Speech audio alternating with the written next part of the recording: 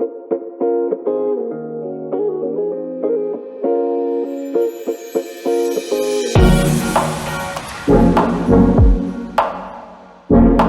day one.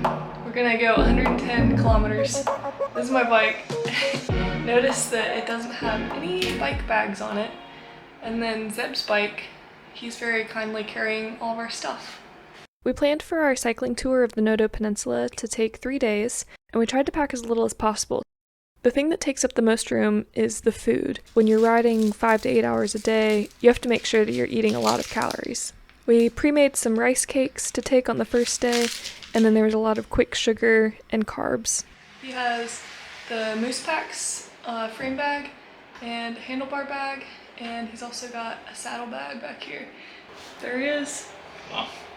The first challenge is going to be getting the bikes down to the ground. This was the same weekend that the Tour de Noto was happening, so there were a lot of cyclists that were passing through Uchinada actually.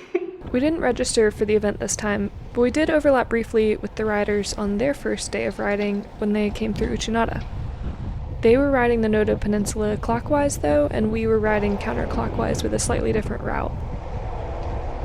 I was impressed by how well put on the event seemed to be. They had course marshals and people directing traffic, and it looked like they had well-stocked rest stops that we rode by. If you're in Ishikawa Prefecture around September and you have any interest in doing an event like this, but maybe don't want to do it on your own, the Tour de Noto seems like a really awesome opportunity.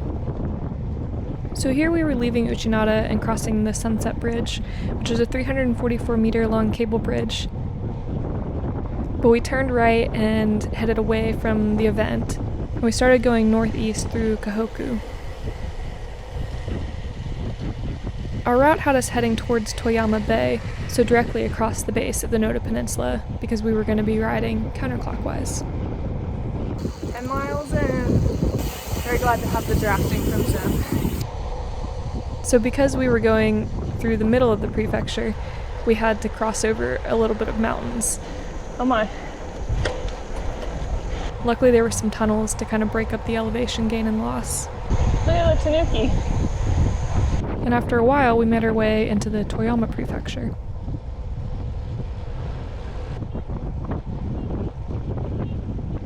It was around this time that I started getting a little bit tired and kind of snackish, and luckily we came across this really great roadside stop.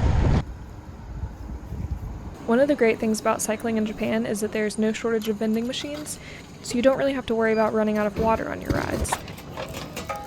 We refilled our bottles, said hello to some of the goats at the roadside stand. Hi goats. And then we were on our way again.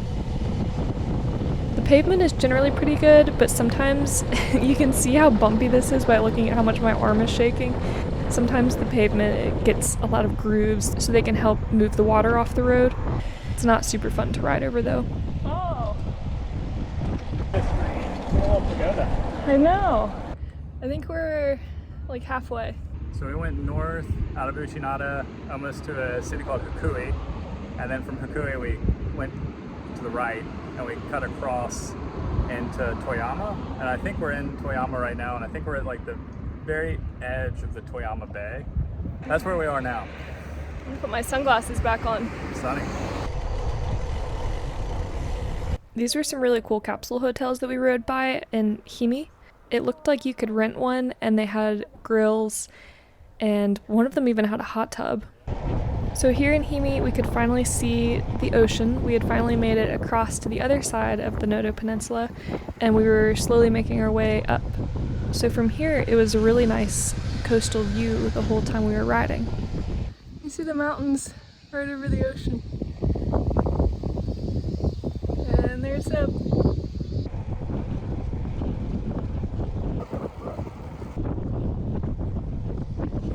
So we had been leaving the Toyama Bay and making our way up the side of the coast, and then in the middle of nowhere there was a little statue of Mannequin Piss, which is that famous little boy peeing statue in Belgium. It's just like Belgium. Wow. We've seen the real one in person. Now I've seen a fake one here in Japan. I still don't get the appeal. I still think it's kind of a creepy statue, but I mean, it was interesting to see out there. And about halfway up the coast for the day, we made it back into the Ishikawa Prefecture out of the Toyama Prefecture. That's a spooky sign.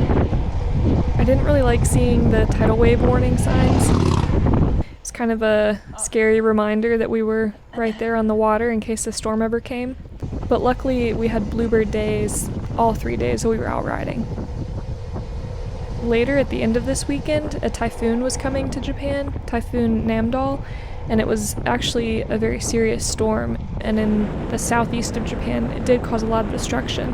But we made it back home before that typhoon reached anywhere close to us, and luckily everything was safe. So if you are planning to ride in Ishikawa, this area does get quite a lot of rain. The timing of this tour right before a typhoon arriving was actually perfect. So if you can kind of time that calm before the storm, it leaves you with some really nice weather to ride in. You do have to be careful though that you can time it right to where you can get safely back home before any of the bad weather arrives. You can see the train tracks here on the left, and actually you can take the train from Kanazawa Station all the way up to Anamizu, which is a little bit farther north of where we are right now. So the train tracks used to go to Wajima and then even farther north up to Suzu, but those were discontinued in 2005. Zeb's Crocs were cracking me up the entire time. His Crocs are bouncing. Right outside Wakura, before we crossed the bridge to the island, we stopped for one more snack break at 7-Eleven, and Zeb put on those trusty Crocs, and he ran inside to get us something to drink. We thought we might take a quick detour and go to Wakura, and I'm really glad we did. So we headed to Yutari Park. We found a friend! Wakutama-kun is an onsen egg, and Wakura is an onsen town, which is like a hot spring. The water is so hot that some people will actually soft boil eggs in the onsen water. The statue of him, an egg dressed as an egg, was also my favorite. This park bench shows how exhausted Zeb is after carrying our bags everywhere. This whole park has lots of statues of him. Yeah, they're everywhere. And they also have a public foot bath where anybody can enjoy the onsen water for free. The water naturally coming out of the spring is about 80 degrees. It's full of sodium and calcium chloride, so these minerals and salts have a lot of health benefits when you soak your body in it.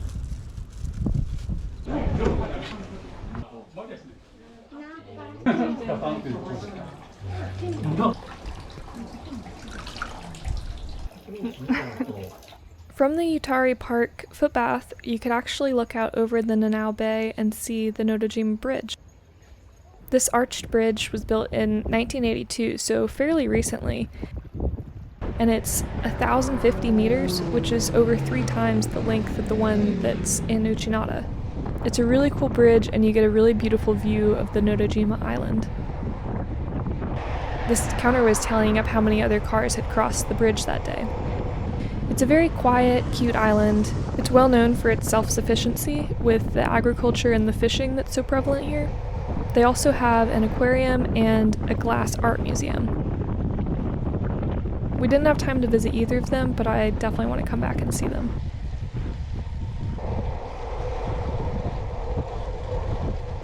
This was our hotel that we got to kind of early, so we did a quick lap around town. We made it to Notojima, and we're hanging out at this shrine because we can't check into our hotel yet. And we got there maybe like 25 minutes early, and we were a little optimistic we might be able to check in, but We're just so fast. so he was like, one more lap. And so we came over here to the shrine to hang out in the shade for a little bit until 3 to go check in. We returned to Petite Hotel Winds, and Zeb went in to get us checked in. The old trusty Crocs again.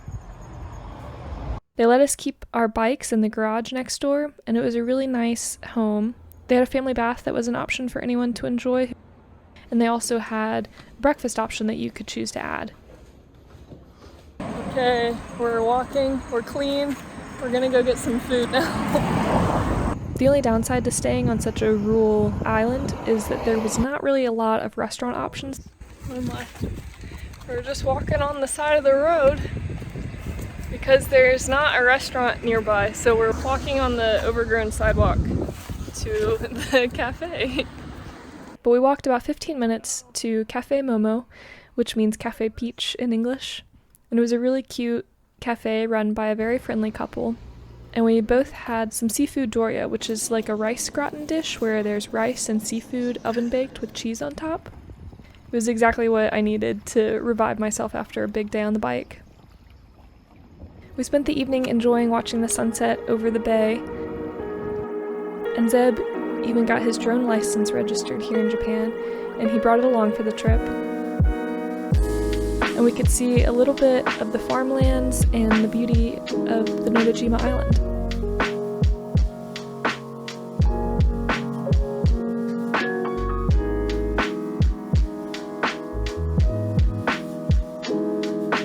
This building is the Glass Art Museum that I would love to come back and visit.